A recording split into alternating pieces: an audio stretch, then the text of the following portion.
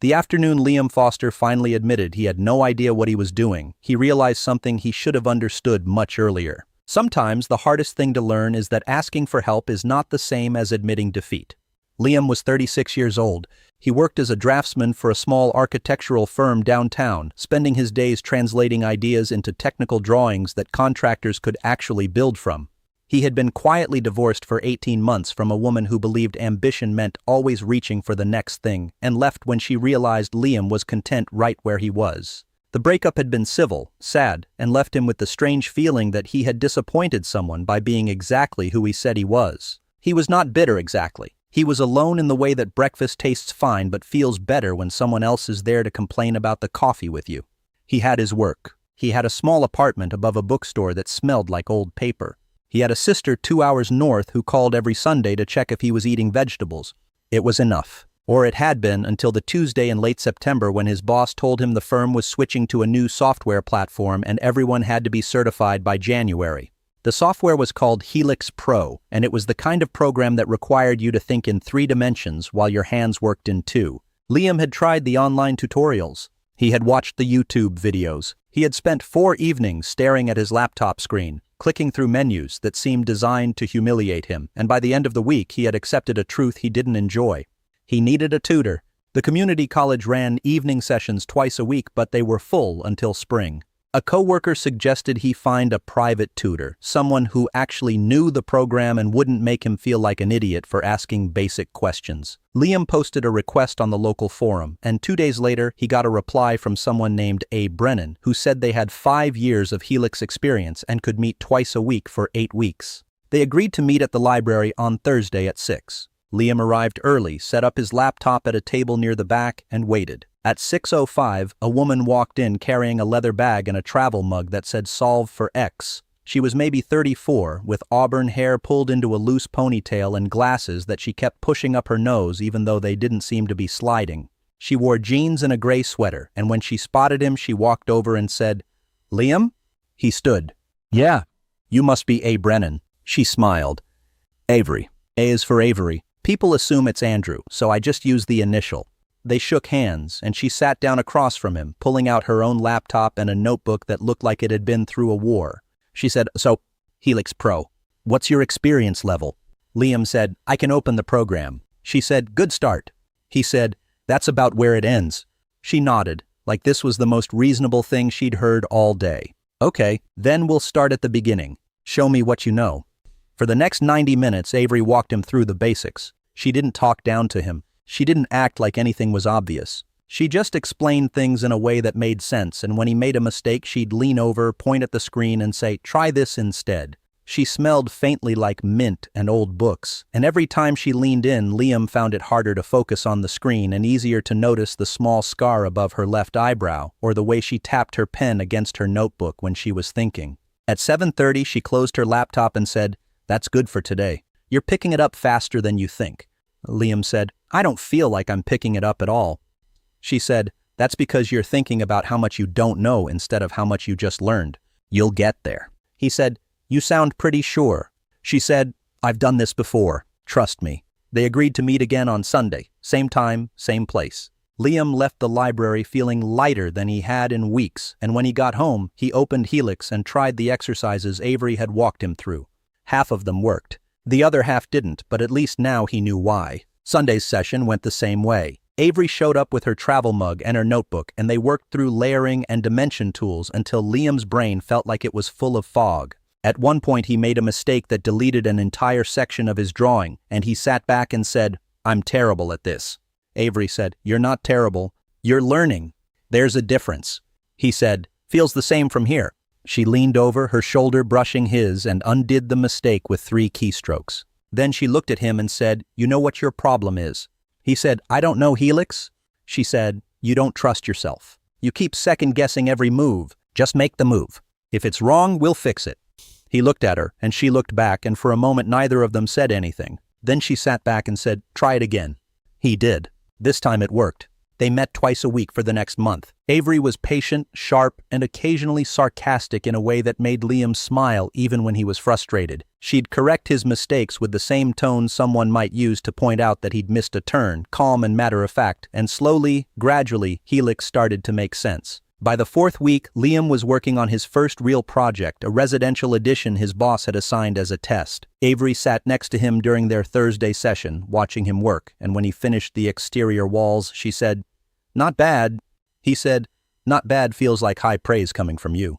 She said, "It is." He saved the file and leaned back. "Can I ask you something?" She said, "Sure." He said, "Why do you do this?" "The tutoring. You clearly know what you're doing. You could be working somewhere that pays better than 8 sessions with a guy who didn't know how to rotate a viewport." Avery looked at him and something in her expression shifted. She said, "I used to work at a firm, big one downtown. I spent 3 years there and it was fine except it wasn't. I was good at the work, but I hated the environment. Everyone was trying to prove something all the time and I just wanted to make good drawings and go home. So I left. Now I freelance and I tutor and I get to choose who I work with. It pays less, but I sleep better." Liam said, "That makes sense." She said, "Does it?" He said, "Yeah, I think most people spend their whole lives trying to prove something. It's exhausting." She smiled. "Exactly." The next session, Avery brought coffee for both of them. She set the cup down in front of Liam and said, "Cream, no sugar, right?" He blinked. "How'd you know?" She said, "You mentioned it 3 weeks ago." "I pay attention." They worked through rendering and lighting, and at one point, Avery leaned in to show him a shortcut, her hand resting on the table next to his, close enough that he could feel the warmth. She said, "See? You just hold shift and drag. It's easier than you think." He said, "You make everything sound easier than it is." She looked at him and her voice dropped slightly. She said, "You make this hard to focus." Liam froze. "What?" Avery pulled back, her face flushing, and said, "Nothing. Forget it." He said, "Avery." She said, "I shouldn't have said that. It's unprofessional." He said, "I don't care if it's unprofessional." She looked at him, and for the first time since they'd met, she looked uncertain. She said, "Liam, I'm your tutor. There's a line." He said, "What if I don't want there to be a line?" She didn't answer right away.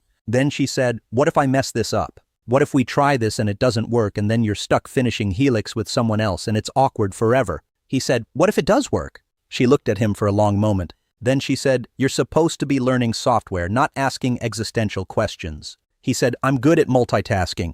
She laughed and the tension broke. She said, "Okay, here's the deal. We finish these 8 weeks. You pass your certification. Then we revisit this conversation. Deal?" He said, "Deal." They shook on it, and for the next 4 weeks they kept things professional. Mostly. Avery still leaned in when she explained things. Liam still noticed. But they didn't talk about it, and the sessions continued, and by the end of November, Liam had finished his project and passed his certification exam with a score his boss called impressive. On their last scheduled session, Avery showed up without her laptop. She sat down across from him and said, "So, you passed." He said, "I passed." She said, "Congratulations. You're officially Helix certified." He said, "Couldn't have done it without you." She said, "You could have. You just needed someone to tell you that you could." They sat there for a moment, and then Liam said, "So, we had a deal." She said, "We did." He said, "I still don't want there to be a line." She said, "Good, because I don't either." She reached across the table and took his hand, and Liam felt something settle in his chest that had been loose for months. She said, "I have a rule. I don't date students. But you're not my student anymore. So would you like to get dinner?" He said, "I'd love that."